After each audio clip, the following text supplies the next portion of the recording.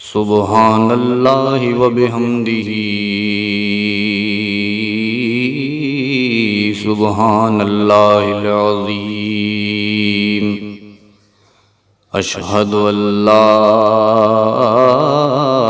الہ الا اللہ وحدہ لا شریک لہ واشہد ان محمدا عبدہ ورسولہ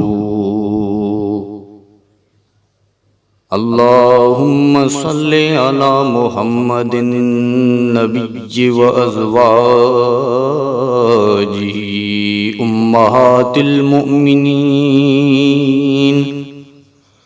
وذریتہ واہل بیتہ کما صلیت علی آل ابراہیم انک حمید مجید۔ ہمارا حاکم صرف ایک یعنی اللہ تعالی۔ حاکم سے مراد وہ حاکم ہے جس کی حکومت ازلی و ابدی ہو، جس کی اطاعت غیر محدود و غیر مشروط ہو، جو قانون ساز ہو، جس کا قانون کامل اور غیر متبدل ہو، اطاعت کرانا جس کا حق ہو۔ اللہ تعالیٰ نے جن و انس کو اپنی عبادت کے لیے پیدا کیا، جیسا کہ ارشاد گرامی ہے وَمَا خَلَقْتُ الْجِنَّ وَالْإِنسَ إِلَّا لِيَعْبُدُونَ، سورہ زاریات آیت نمبر 56۔ میں نے جن و انس کو صرف اس لیے پیدا کیا کہ وہ میری عبادت کریں۔ یہاں عبادت سے نماز، روزہ، ذکر یا وظیفہ مراد لیا جائے تو بڑی مشکل پیش آئے گی، اس لیے کہ پھر پوری زندگی میں ان اعمال کے علاوہ دوسرے اعمال کا کرنا مقصد تخلیق کے لیے منافی ہوگا۔ نہ کاروبار رہے گا، نہ کھانا پینا اور نہ شادی بیاہ۔ نتیجہ یہ نکلے گا کہ نسل انسانی ختم ہو جائے گی، نہ زندگی ہوگی نہ عبادت، مقصد تخلیق پورا نہیں ہوگا۔ نماز، روزہ وغیرہ عبادت تو ضرور ہیں لیکن ہر حالت میں نہیں۔ مثلا مغرب کی 3 رکعات کے بجائے اگر کوئی شخص 4 رکعات پڑھے تو وہ لغوی اعتبار سے تو عابد ہوگا، لیکن شرعی اعتبار سے وہ اللہ تعالیٰ کا باغی قرار پائے گا۔ اس کی نماز عبادت نہیں رہے گی بلکہ بغاوت شمار ہوگی، مقصد تخلیق فوت ہو جائے گا۔ اسی طرح اگر کوئی شخص نماز فجر کے بعد طلوع آفتاب سے پہلے نوافل پڑھتا ہے تو وہ عابد تو ضرور ہوگا لیکن شرعاً وہ اللہ تعالیٰ کا باغی کہلائے گا۔ اسی طرح اگر کوئی شخص عید کے دن روزہ رکھے تو اس کا وہ روزہ عبادت نہیں ہوگا، اس روزے کو ثواب یا عبادت سمجھنے والا نہ صرف گنہگار ہوگا بلکہ کافر ہو جائے گا۔ اس قسم کی سینکڑوں مثالیں دی جا سکتی ہیں۔ غور کیجئے آخر یہ عبادتیں بغاوت کیوں شمار ہو رہی ہیں؟ اگر آپ ذرا بھی غور کریں گے تو اس نتیجے پر پہنچیں گے کہ کیونکہ یہ عبادتیں اللہ تعالیٰ کے احکام اور اس کے مقررہ حدود کے اندر رہ کر نہیں کی جا رہی، اس لیے عبادت میں نہیں رہی۔ ان عبادتوں میں اللہ تعالیٰ کے احکام کی خلاف ورزی ہوتی ہے، اس کی اطاعت سے انحراف ہوتا ہے، لہٰذا انہیں شرعاً عبادت نہیں کہا جا سکتا۔ مندرجہ بالا وضاحت سے یہ نتیجہ نکلا کہ عبادت دراصل اطاعت کا نام ہے۔ مندرجہ ذیل آیت سے بھی اس کی تائید ہوتی ہے۔ اللہ تعالیٰ فرماتا ہے سورہ یاسین آیت نمبر 60 میں لا تعبدوا الشیطان، شیطان کی عبادت نہ کرو۔ غور فرمائیے، کیا کوئی شخص شیطان کو سجدہ کرتا ہے، اس کے نام پر قربانی کرتا ہے، اس کے نام کا وظیفہ پڑھتا ہے، اس کے نام پر خیرات کرتا ہے؟ ہرگز نہیں۔ تو پھر آخر شیطان کی عبادت سے کیا مراد ہے؟ ظاہر ہے کہ شیطان کی عبادت سے شیطان کی اطاعت مراد ہے۔ شیطان کی اطاعت کر کے ہی لوگ کفر و شرک، فسق و فجور، عصیان و طغیان میں مبتلا ہوتے ہیں اور صراط مستقیم سے بھٹک جاتے ہیں۔ اسی لیے اس کے آگے اللہ تعالیٰ فرماتا ہے سورہ یاسین آیت نمبر 61 میں وَأَنِ اعْبُدُونِي هَذَا صِرَاطٌ مُسْتَقِيمٌ، میری عبادت کرو، یہی صراط مستقیم ہے۔ اس آیت میں اللہ تعالیٰ نے شیطان کی عبادت کے مقابلہ میں اپنی عبادت کا ذکر فرمایا، کیونکہ شیطان کی عبادت شیطان کی اطاعت ہے، لہذا اللہ تعالیٰ کی عبادت اللہ تعالیٰ کی اطاعت ہے۔ مندرجہ بالا آیات و مباحث کا خلاصہ یہ ہوا کہ اللہ تعالیٰ نے انسانوں کو اپنی اطاعت کے لیے پیدا کیا ہے، لہذا اطاعت صرف اللہ تعالیٰ ہی کا حق ہے۔ جب تک اس کی اجازت نہ ہو کسی دوسرے کی اطاعت نہیں کی جا سکتی۔ اگر اس کی اجازت کے بغیر کسی دوسرے کی اطاعت کی جائے تو یہ شرک فی الاطاعت یعنی شرک فی العبادت ہوگا۔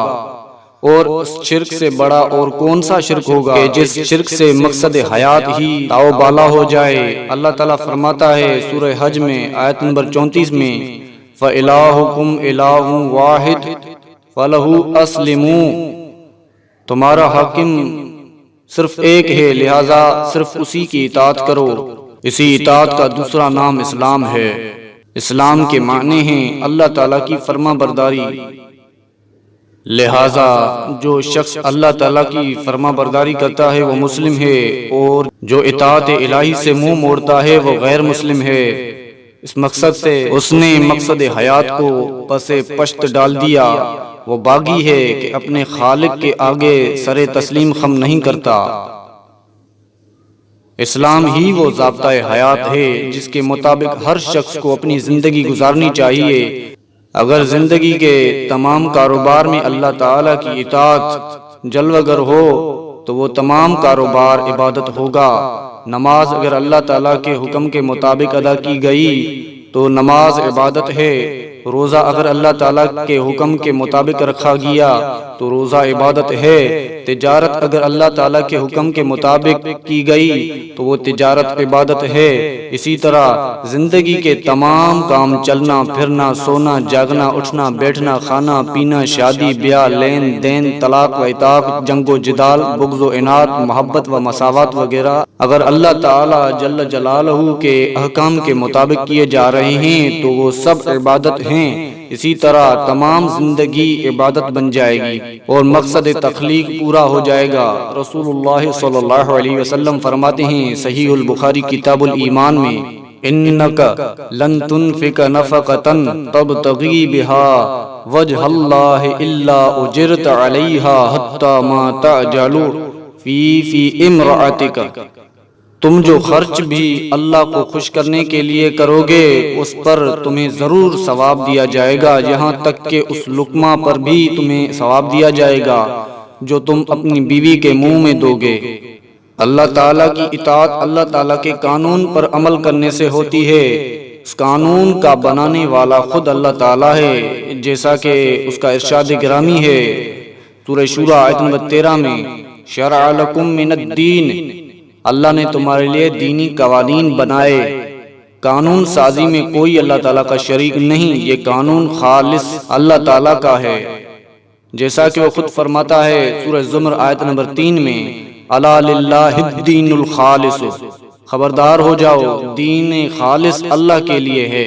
لہٰذا اس دین میں کسی کی شرکت نہیں، کسی دوسرے کو قانون ساز سمجھنا، اس کے بنائے ہوئے ضابطوں کو دین میں شامل کرنا، اس کے اجتہاد، قیاس اور فتوے کو دینی درجہ دینا اللہ تعالیٰ کے ساتھ شرک کرنا ہے۔ ارشاد باری تعالیٰ ہے سورہ شورى آیت نمبر 21 میں ام لہم شرکاء شرعوا لہم من الدین ما لم یأذن بہ اللہ، کیا انہوں نے اللہ کی شریک بنا رکھے ہیں جو ان کے لیے دینی قوانین بناتے رہتے ہیں حالانکہ اللہ تعالیٰ نے اس کی اجازت نہیں دی۔ سورہ کہف آیت نمبر 26 میں اللہ تعالیٰ فرماتا ہے وَلَا يُشْرِكُ فِي حُكْمِهِ أَحَدًا، اللہ اپنے حکم میں کسی کو شریک نہیں کرتا۔ اللہ تعالیٰ بلا شرکت غیر اکیلا حاکم ہے، اس کے احکام میں کوئی اس کا شریک نہیں۔ ارشاد باری تعالیٰ ہے سورہ یوسف آیت نمبر 40 میں ان الحکم الا للہ امر اللہ تعبدوا الا ایاہ، حکم کسی کا نہ مانا جائے سوائے اللہ کے۔ اللہ نے حکم دے دیا ہے کہ عبادت یعنی اطاعت کسی کی نہ کی جائے سوائے اس کے۔ حلال و حرام کرنے کا اختیار صرف اللہ تعالیٰ کو ہے۔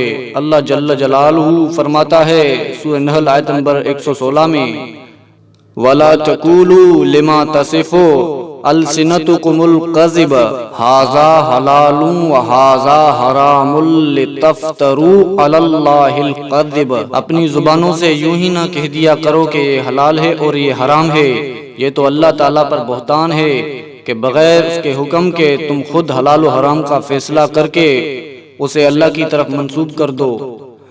الغرض علماء کے فتووں سے نہ کوئی چیز حلال ہو سکتی ہے اور نہ کوئی چیز حرام ہو سکتی ہے۔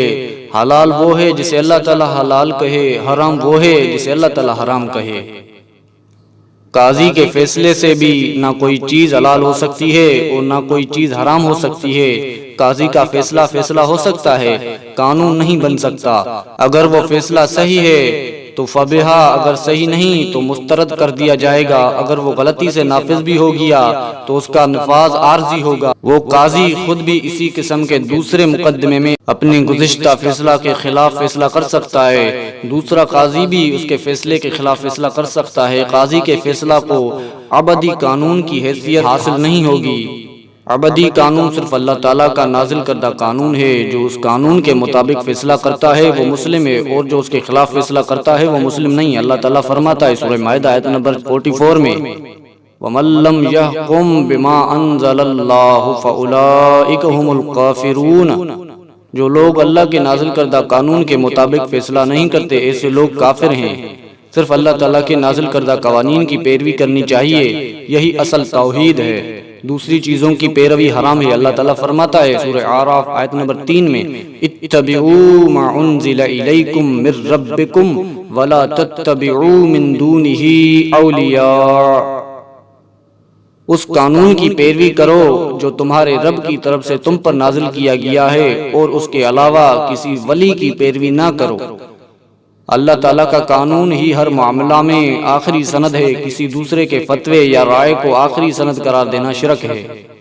اہل کتاب بھی اہل اسلام کے اس عقیدے سے متفق تھے۔ اس اشتراک عقیدہ کی بنیاد پر ہی اللہ تعالیٰ نے انہیں دعوت اسلام دیتے ہوئے فرمایا، یا اہل الکتاب تعالوا الی کلمۃ سواء بیننا وبینکم الا نعبد الا اللہ ولا نشرک بہ شیئا ولا یتخذ بعضنا بعضا اربابا من دون اللہ۔